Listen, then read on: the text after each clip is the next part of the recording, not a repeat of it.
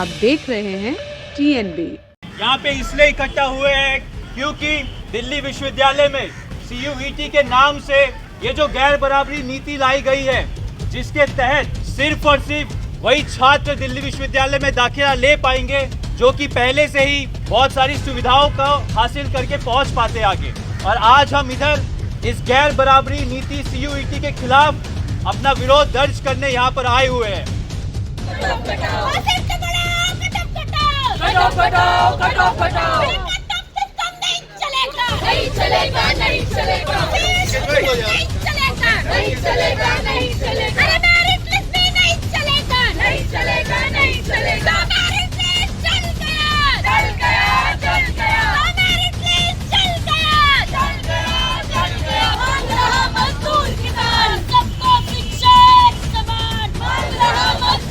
गरीब छात्र विरोधी है, सरकारी स्कूल के छात्र विरोधी है। उसके खिलाफ अपना गुस्सा, अपना आक्रोश दर्ज करने के लिए आज हम मजबूर हुए हैं। हम एक ऐसे देश और समाज में रहते हैं जहां साल दर साल शिक्षा की जो नीति है उसको गरीब छात्र के हित में बनाए जाने की बजाय लगातार आपदा के समय में भी अवसर ढूंढते हुए पूरी कोशिश की जाती है, हर संभव कोशिश की जाती है कि हर दूसरी, हर अगली नीति के साथ किस तरीके से बहुसंख्यक गरीब छात्रों को किस तरीके से शिक्षा व्यवस्था से बाहर बेदखल किया जा सके। नमस्कार, आप देख रहे हैं TNB। मैं हूं आपके साथ निशा लखवाल। इस वक्त हम लोग दिल्ली यूनिवर्सिटी के आर्ट फैकल्टी के बाहर हैं और यहाँ पर क्रांतिकारी युवा संगठन के लोग बहुत सारे मौजूद हैं और आज प्रोटेस्ट कर रहे हैं। शिक्षा व्यवस्था को लेकर प्रोटेस्ट किया जा रहा है कि किस तरीके से CUET लाया गया है, मेरिट लिस्ट का विरोध जो है वो किया जा रहा है। अब हम इन लोगों से बात करेंगे और जानेंगे कि आखिर एक के बाद एक प्रोटेस्ट जो है आर्ट फैकल्टी में हो रहे हैं शिक्षा व्यवस्था को लेकर दिल्ली यूनिवर्सिटी के खिलाफ। अब आगे और क्या कुछ रहेगा, क्या कुछ नहीं जो है वो होने वाला है यहाँ पर, क्योंकि आवाज़ लगातार उठाई जा रही है। तो अभी इन लोगों से बात की जाएगी और यही जाना जाएगा कि आखिर ये लोग यहाँ पे प्रदर्शन क्यों कर रहे हैं और किन चीज़ों की मांग आज की जा रही है। दिल्ली यूनिवर्सिटी की तरफ से फर्स्ट मेरिट लिस्ट आई है, उसका आप लोग विरोध कर रहे हैं कि आपने मेरिट लिस्ट फोटोकॉपी भी जो है वो चला रही है, क्यों विरोध कर रहे हैं? देखिए, आज की डेट में जिस तरह सरकार ये वादा कर रही है, जिस तरह बातें बनाती है कि नहीं ये तो बराबरी का एक मौका है, सवाल ये है कि किन के बीच में बराबरी है। हम ये कह रहे हैं कि एक जो छात्र है वो सरकारी स्कूल के व्यवस्था में पढ़ा लिखा है और उसका कंपटीशन जो प्राइवेट स्कूल के स्टूडेंट से उसका कंपटीशन है। वो छात्र जिसके पास पैसा नहीं है, जो सरकारी स्कूल से पढ़ा है, बड़ी मुफलसी में जी रहा है, वो किस तरह बेहतर है एक उस छात्र से जो अमीरी में पढ़ रहा है, ठीक है, जिसने CUET के लिए स्पेशल कोचिंग ली है, जिसका बेस जो है वो शुरू से सरकार प्राइवेट स्कूल में पढ़ने के कारण पढ़ाई में बहुत अच्छा है। और उससे कंपटीशन करा के आप ये अगर बताना चाह रहे हैं, ये समझाना चाह रहे हैं कि आपका कोई विश्वास कर लेगा कि नहीं दोनों बराबर है और बराबरी की एक लड़ाई है, तो ये सरासर बेवकूफ़ी है जो ये समझाना चाह रहा है और जिनको ये समझ में आ रहा है। लेकिन ये तो आप बोल रहे हैं ना, AYS संगठन बोल रहा है, क्या छात्र भी इन्वॉल्व है इसमें? छात्रों को भी ये चीज़ पता चल रही है? देखिए, मैं आप एक संगठन है, क्रांतिकारी युवा संगठन है, ये चीज़ आप संगठन बोल रहा है जो मेरिट लिस्ट के बारे में बोल रहा है, लेकिन जो छात्र हैं जिनकी तुलना आप कर रहे हैं, एक अमीर है और एक गरीब है, क्या वो छात्र भी आपके साथ जुड़े हैं? वो लोग भी ये चीज़ चाहते हैं? देखिए, क्रांतिकारी युवा संगठन युवाओं का संगठन है और इस संगठन में कोई मार्च से नहीं लोग आए। इस संगठन में इसी समाज में इन्हीं स्कूलों में पढ़कर इसी व्यवस्था में जो लोग लड़ रहे हैं, संघर्ष कर रहे हैं, वो लोग यहाँ पर आए। हाँ, मेरा यही पूछना है कि जो स्टूडेंट है, क्या उनसे आपकी कोई बात हुई है या उन्होंने आपको कुछ कहा है तभी तो आप लोग यहाँ पर जो है वो दिल्ली यूनिवर्सिटी के खिलाफ प्रदर्शन करने आ गए? उनको क्या कुछ परेशानी आ रही है, उन्होंने आपको बोला होगा ना ये चीज़? नहीं, देखिए, छात्र जाहिर सी बात है, हम लोग क्योंकि संगठन है और साथ मिलके हमारा ये आंदोलन शिक्षा को लेकर लगातार चल रहा है और हम मतलब जाहिर सी बात है इस तौर पे कोई एक इकाई आके हमसे बोले कि नहीं यहाँ पर कोई दिक्कत हो रहा है, हम उसके लिए नहीं बैठे। ये इस हमारे संगठन में गरीब छात्र है, दलित छात्र हैं, ठीक है, उनका एक मेजर हिस्सा है जो आंदोलन शिक्षा के लिए लगातार करता है, शिक्षा पाने के लिए लड़ाई कर रहा है। और हम सीयूईटी का जो रिजल्ट आया है वो हम इसलिए बैठे रहे कि कोई एक आदमी आके हमसे बोले, तो ये आंदोलन इस तरह नहीं चलता। हमारे पूर्वज ये आंदोलन लड़ते आए हैं शिक्षा के लिए। यानी तो कि कमी सिर्फ क्रांतिकारी युवा संगठन को दिख रही है, जो स्टूडेंट है जो पढ़ाई करेंगे, जो इस लिस्ट का एग्जाम देंगे, उन्हें नहीं लगी। देखिए, एक शब्द होता है भुक्तभोगी, तो क्रांतिकारी युवा संगठन में भुक्तभोगी लोग हैं। वो संघर्ष वो ऐसे नहीं है कि कोई बहुत एलिट फैमिली से आया है, मजबूरी भी हो रही है। लेकिन यहाँ के छात्रों को, जो यहाँ से अमूमन जाहिर बात है अमीर वर्ग से छात्र आ रहे हैं, क्योंकि लाख लाख रुपया देकर और उसके बाद सीयूईटी के लिए एंट्रेंस वगैरह करके ठीक है वही आ सकते हैं। जो छात्र 60 रुपये या 120 रुपये 3 महीने की फीस देकर सरकारी स्कूल से पढ़ के आए वो यहाँ तक पहुँच ही नहीं रहा है।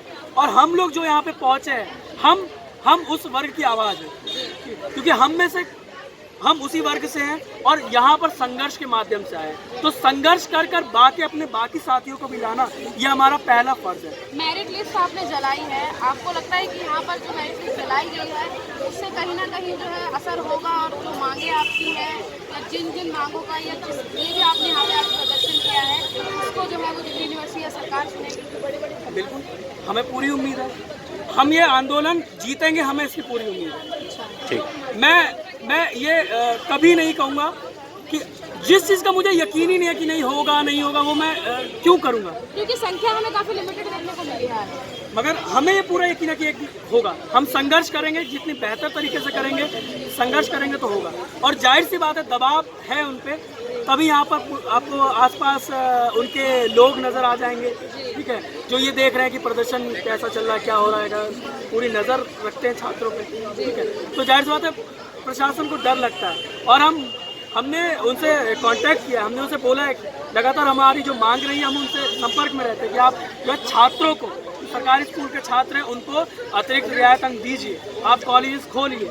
अब सवाल है कि वो लोग जो बैठे हैं वो इस व्यवस्था के ऊपरी लोग के मतलब जो फल फूल रहे हैं उसके हिसाब से काम करते हैं, ठीक है, और वो इतनी आसानी से नहीं मानेंगे। और हम इसके लिए संघर्ष कर रहे हैं और अपना आंदोलन तेज करेंगे। सीयूईटी का आज आप लोग विरोध कर रहे हैं, पहले मैं समझना चाहूँगी कि सीयूईटी है क्या?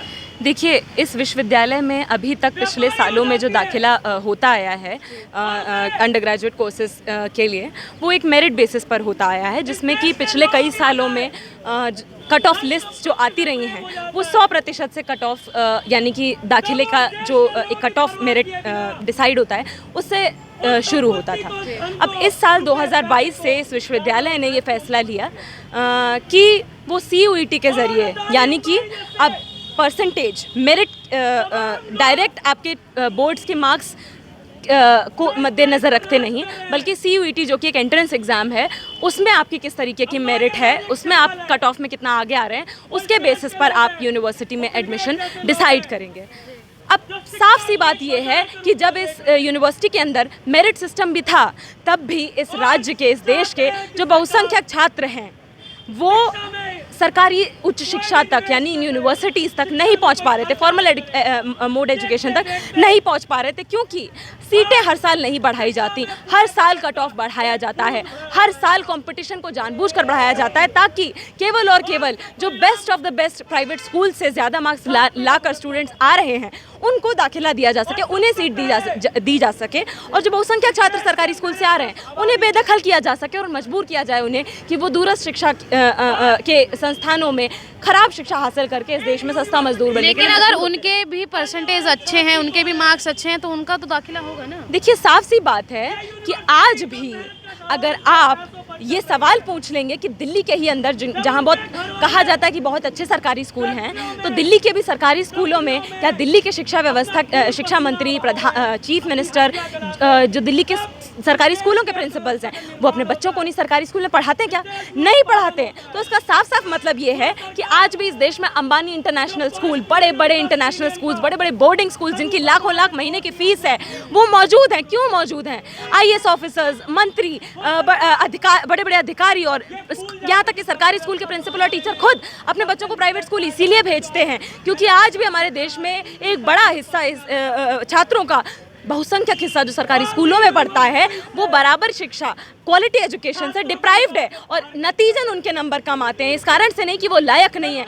और इसलिए ये जो CUET लाया गया है, इस CUET को छात्रों से, खासकर बहुसंख्यक गरीब छात्रों के साथ डिस्कशन के साथ नहीं लाया गया। ये केवल और केवल कॉर्पोरेट सेक्टर के साथ, जो कोचिंग इंडस्ट्री है उनके साथ बातचीत करके उनके फ़ायदे को मद्देनज़र रखते हुए इसको लाया गया कि अगर आपके पास बड़े प्राइवेट स्कूलों में पढ़ने का पैसा है, आपकी जेब में CUET की कोचिंग लेने का पैसा है, तो आप सपना देखिए यहाँ पर यूनिवर्सिटी में एडमिशन लेने का, यहाँ CUET के कट ऑफ में अपना नाम ला पाने का। वरना आप मजबूर होते रहिए इग्नू में, SOL में, NC वेब में ढकेले जाने के लिए, और उसके बाद महज 8 से 9 हज़ार प्रति महीना की नौकरी पर सस्ते मजदूर इस देश में बनने के लिए आप मजबूर होइए। तो उसी के खिलाफ हमारा ये आज का धरना प्रदर्शन है। और हमने यहाँ पर जून के महीने में कई दिनों तक हम यहाँ अनिश्चितकालीन धरने पर बैठे इन्हीं मांगों को लेकर कि जब तक आप इस विश्वविद्यालय में नए कॉलेज नहीं खोल रहे हैं, तब तक आप जितने कॉलेज हैं सब में इवनिंग बैचेस स्टार्ट करिए, ताकि सीटें बढ़ें, ताकि और ज़्यादा सरकारी स्कूल से आने वाले छात्रों को, वंचित समुदाय से आने वाले छात्रों को यहाँ दाखिला मिल पाए। क्योंकि सरकारी स्कूल के ही छात्रों का सरकारी विश्वविद्यालय पर पहला अधिकार होना चाहिए। अगर यहाँ से भी आप उन्हें बेदखल कर देंगे तो वो इस शिक्षा व्यवस्था में कहाँ पढ़ने जाएंगे? क्या वो फॉरेन यूनिवर्सिटी में पढ़ने जाएंगे? क्या वो एमिटी इंटरनेशनल यूनिवर्सिटी में पढ़ने जाएंगे? नहीं। तो उनके लिए जगह बनाने के लिए हमें ये मजबूरी है, और ये बहुत त्रासदी है हमारी शिक्षा व्यवस्था की, कि आज भी हमें बराबर शिक्षा के लिए बहुसंख्यक जनता को आंदोलन करना पड़ता है अपनी मांग को आगे रखने के लिए।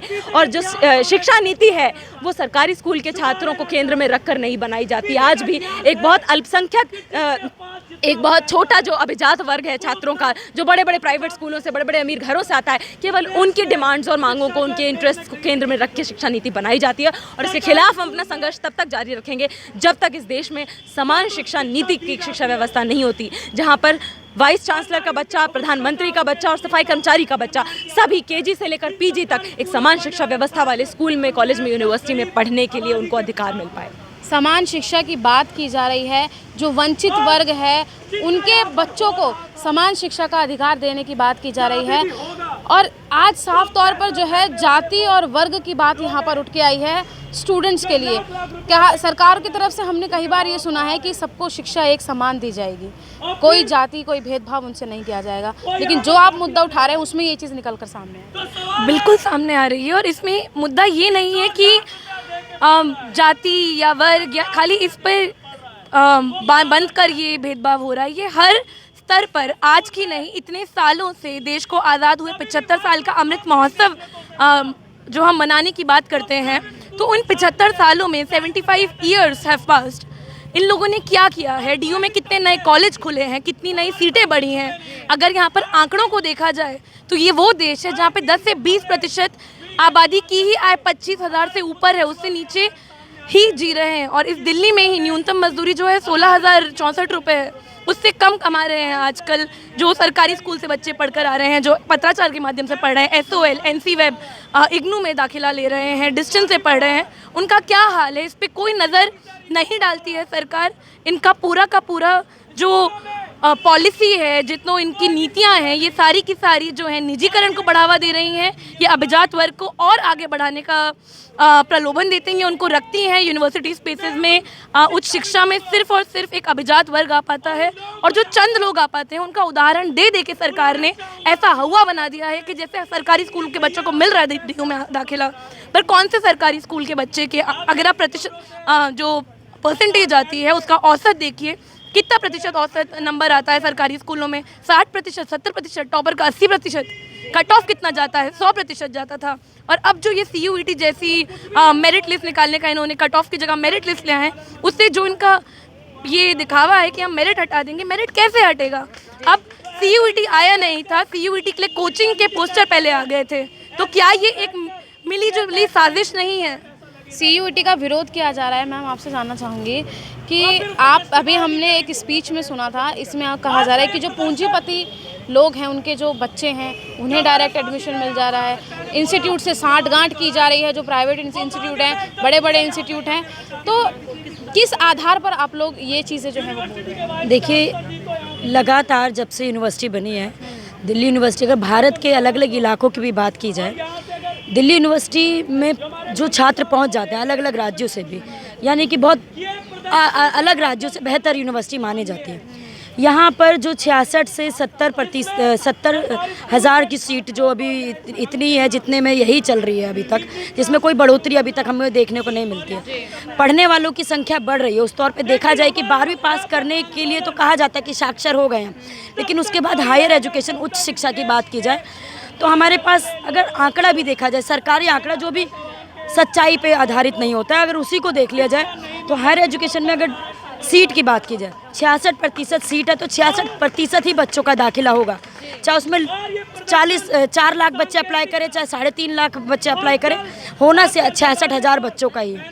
तो इससे सीधा सीधा पता चल रहा है कि कंपटीशन को जिस तरीके से बढ़ाया जा रहा है, जो एडमिशन और रजिस्ट्रेशन की जो दाखिलों की संख्या बढ़ रही है रजिस्ट्रेशन की, उसमें लगातार बढ़ोतरी हो रही है, सीट में बढ़ोतरी नहीं हो रही है। रजिस्ट्रेशन की फ़ीस भी 800 से लेकर 1000 रुपये है हर साल। अगर एप्लीकेशन फॉर्म भरते हैं 800 से 1000 है। और ये सिर्फ दिल्ली की बात नहीं कर रही हूँ, अदर स्टेट के बच्चे भी दिल्ली के कॉलेजों में दाखिले के लिए रजिस्ट्रेशन करते हैं। ये आप जो बात कह रहे हैं कि पूंजीपति नेताओं या अलग अलग जो अमीर घरों से आने वाले जो बच्चे हैं और इंस्टीट्यूट की साठगांठ जो दिखती है, ये जाहिर है। इस बात को सच्चाई से अगर हम इस तौर पे देखते हैं कि इंस्टीट्यूट में भी लाखों की फ़ीस देने के बाद गारंटी ली जाती है कि आपको ये क्रैक कराने की पूरी पढ़ाई दी जाएगी, आपको सारे नोट्स दिए जाएंगे, ऐसे टीचर्स दिए जाएंगे जो कि आपको पढ़ा देंगे ऐसा कि आप पास कर लोगे। सीधी सी बात है, वो टीचर्स जो इतना विश्वास के साथ वो एडमिशन ले रहे हैं, वो लाखों रुपए क्यों ले रहे हैं? क्योंकि वो वही चाह रहे हैं कि हम इनको पास करा देंगे। और लाखों रुपए कौन बच्चा है जो दे पाएगा? यानी कि पूंजीपति, अमीर और जो बड़े बड़े घरानों से आते हैं, जो बड़े बड़े पूंजीपतियों के बच्चे होते हैं, जो प्राइवेट स्कूल से पढ़ के आते हैं, उन्हीं के बच्चे हैं जो प्राइवेट स्कूल से पढ़ने के बाद लाखों की फ़ीस एक महीने एक साल की पूरा आराम से पढ़ने तक की फ़ीस देंगे ताकि हम क्रैक कर लें। हमारी लगातार इस CUET और एंट्रेंस एग्ज़ाम जो भी है और कट ऑफ है, हम KYS जो है क्रांतिकारी युवा संगठन लगातार इसका विरोध करता है, कई सालों से विरोध करता है कि ये छात्र विरोधी नीति है, जो कि गरीब छात्र विरोधी नीति है, जो कि सरकारी स्कूल के विरोधी नीति है, जो कि सरकार चाहती नहीं है कि वो भी बच्चे आगे बढ़ें। सीधी सी बात है, 66,000 बच्चों में कितना भी सीट जब उतनी है, उसमें लाखों बच्चे एप्लीकेशन फॉर्म भरेंगे, कितना भी हाथ पैर मारेंगे, कॉम्पिटिशन बढ़ेगा ही। जब सब कह रहे हैं कि बराबर शिक्षा है तो सीधी सी बात है, SC ST OBC या नीची जात ऊंची जात जिस तरीके का भी ये आंकड़ा बताते हैं सब खत्म हो जाएगा एक बार में। अगर हमारे कहने की एक बात के खुले जो 12वीं पास करे खुला सबको एडमिशन दे दो, किसी को SC का दाखिले के लेने की ज़रूरत नहीं पड़ेगी, किसी को OBC से दाखिला लेने की ज़रूरत नहीं पड़ेगी, किसी को गरीब रेखे से दाखिला लेने की ज़रूरत नहीं पड़ेगी। 12वीं में जितने भी प्रतिशत बच्चे पास हो रहे हैं, कॉलेज सभी बच्चों को दे दो, अपने आप समान शिक्षा हो जाएगी। इस बात को नहीं मानने वाली है सरकार, क्योंकि वो चाहती है कि अगर ऐसे जो इंस्टीट्यूट है, जो ओपन इंस्टीट्यूट है, SOL है, NCWeb है या IGNOU जैसे संस्थान है, और सिर्फ दिल्ली के नहीं पूरे भारत के ऐसे SOL और इंस्टीट्यूट जैसे ये IGNOU जैसे इंस्टीट्यूट बने हुए हैं, अगर ये यूनिवर्सिटी जैसे दिल्ली यूनिवर्सिटी जैसे संस्थान अगर पूरे भारत में खोले जाएँ, अलग अलग राज्य में खोले जाएँ, जो बच्चा अपने राज्य को छोड़ के दिल्ली में आता है, इतनी महंगे हॉस्टल में रहता है, इतना महंगे माहौल में रहता है और फिर अपनी पढ़ाई करता है, उसके लिए भी आसान होगा कि वो अपने राज्य में SOL Jawaharlal Nehru university SOL कह रही हूँ DU और JNU जैसे संस्थानों में अगर हर राज्य में होगा, बिहार में भी होगा, छत्तीसगढ़ में भी होगा, केरल में भी होगा, UP में भी होगा, या हर जगह होगा, तब पता चलेगा कि पूरे भारत में समान शिक्षा आएगी। नहीं तो ऐसे ही नहीं आएगी। और यही हमारी डिमांड भी रही थी, जब तक हमारे पास इतनी सुविधाएं, जो सरकार अपनी बातें कहती है कि हमारे पास सुविधाएं नहीं है कॉलेजेस खोलने की, तो उसका भी है कि बड़े पब खुलते हैं, सिनेमा हॉल खुलते हैं, बड़े बड़े मॉल खुलते हैं, हमारे लिए कॉलेज नहीं खुलता है, उन बच्चों के लिए कॉलेज नहीं खुलता है जो पढ़ पाए।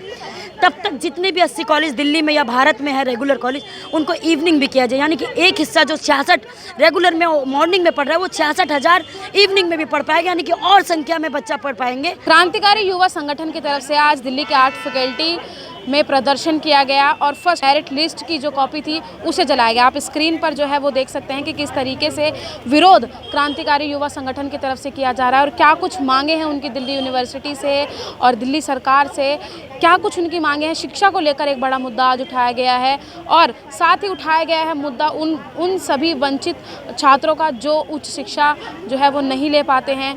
सीटें लिमिटेड हैं लेकिन संख्या स्टूडेंट्स की ज़्यादा है, तो उसको लेकर भी आज यहाँ पर आवाज़ उठाई गई है। इवनिंग शिफ्ट में बच्चों को पढ़ाने की बात रखी गई है। तो इस पूरे विषय पर आप क्या सोचते हैं, क्या राय रखते हैं, हमें कमेंट बॉक्स में अपनी राय ज़रूर बताइएगा। कैमरा पर्सन राज राजपूत के साथ मैं निशा लखवाल, TNB न्यूज़, दिल्ली। हमारे ताज़ा अपडेट्स पाने के लिए चैनल को सब्सक्राइब करें, बेल आइकन प्रेस करें, वीडियो को लाइक और शेयर करना ना भूलें।